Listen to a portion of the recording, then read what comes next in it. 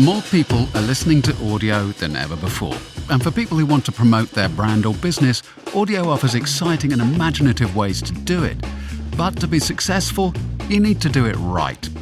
Well, here is a good place to start. Welcome to Tripod, the Trisonic podcast, your guide to successful audio advertising. I'm Matt Hopper, co-founder and creative director of Trisonic, a specialist audio media buying and creative agency, and I've been writing and producing audio content for over 25 years. In episode 1, we meet my guests, and together we share our love of audio in Can You Hear the Magic Happen? Hi there and welcome. We're here to talk about audio creative, how to do it right, how to avoid the pitfalls, how to ensure your campaign's effective. We'll explain how the process works and how you can make audio ads work better. With us to discuss it are firstly Debbie Dillon. Hi Debbie. Hi. Debbie has a background in commercial radio, writing and producing ads for commercial radio and then the COI, but 16 years ago went legit and joined the BBC, where she's now creative head at BBC Creative. And Kieran Murphy. Hi, Kieran. Hi, Matt. Kieran is a writer and creative consultant with around a decade of experience in advertising and marketing communications. He worked for international brands across all channels, but cut his teeth at global, writing for radio. So, can I ask you both first, what do you love about audio? I love the fact, it's going to sound a bit trite, but the fact that the listener has to engage in it in order for it to work. Theatre of the mind, all that stuff, you create the pictures in your mind and it's personal to you. So if I hear a sound effect, what's in my mind is going to be completely different to what's in Kieran's mind and different again to what's in your mind. And the fact that we've got all that power to create such amazing images at the fraction of the budget that TV would take to do the same thing, that's what really appeals to me. I was going to say, it's the only medium where you can confidently write, enter an army and mean it without spending a lot of money on extras. Kieran? Yeah, I've got to agree with Debbie on that one. I think it's just a lot more intimate audio. It's a lot more personal to you. And as we've all seen, podcasts becoming like this massive thing. I was listening to the Off Menu podcast just this morning, and that's just people having a chat, and you kind of feel like you're in the room with them.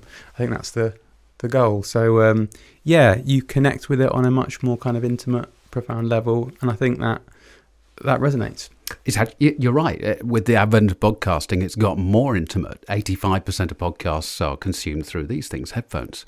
So, the disciplines required to create an ad for that particular branch of the medium is completely different to creating an ad for linear radio, where it's a little box in the corner of the room. The latest Radar figures showed that commercial radio has reached another all-time high. Ads are often cited as a big switch off. Do you think the increase in audience means that ads are getting better?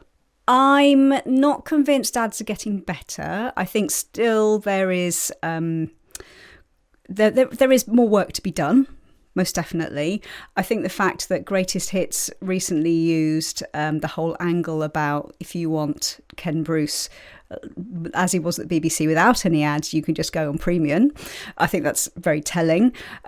People don't necessarily like ads. One of the reasons that people cite for listening to the BBC is because there's no adverts. And I think although radio advertising is seen as the relatively easy means of communicating, it's not necessarily easy to do it well. And a lot of advertisers and some agencies are still not giving it the attention that it deserves. Yeah, 100%. I think it often gets overlooked. I think that one of the big issues for me is the fact that it's often looked at as a kind of an add-on at the end of the process. And we've done all the big stuff, the stuff we really want to do, the glossy stuff. Whereas if you've got your budgets being reduced, you could be a lot more focused with what can you achieve with radio that you couldn't necessarily achieve from out of home? You can't necessarily achieve from social. There are different ways of speaking to different audiences and getting different messages across. So why not complement your out of home message with something more targeted to the radio or podcast audience? I think people are becoming more canny with budgets being cut, but yes, there is more work to be done. So if commercial radio audiences are increasing and the ads are not getting better, does that mean audiences are just getting more tolerant of ads? And if they're getting more tolerant of ads, does that mean they're not getting the messages in those ads? Quite possibly. I think it takes like a great ad campaign to really kind of cut through the noise to like suddenly make people realise, oh yeah, no, of course, this medium is great. And then all of a sudden winds change and people remember what great creative is.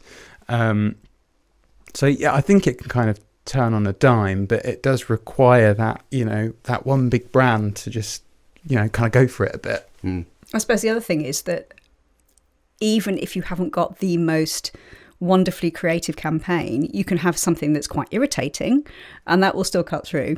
And you may not have this thing going through your head over and over again, but it's stuck there and that's obviously made an impact on you, and you may well go and buy X brand at some point in the future. I think that's a really good question. Tolerance and effectiveness discuss. I don't know. I'd love to know more about that, to be fair. Well, we'll come to creative standout later, but that is certainly a factor. In our next episode, what information do we need from you to help us create a great audio ad? We'll find out in episode 2, what's in your briefs. We'd love it if you could follow or subscribe to the show so you don't miss an episode, and a rating and review would be great if you have time. For more details about audio advertising, just pop over to trisonic.co.uk.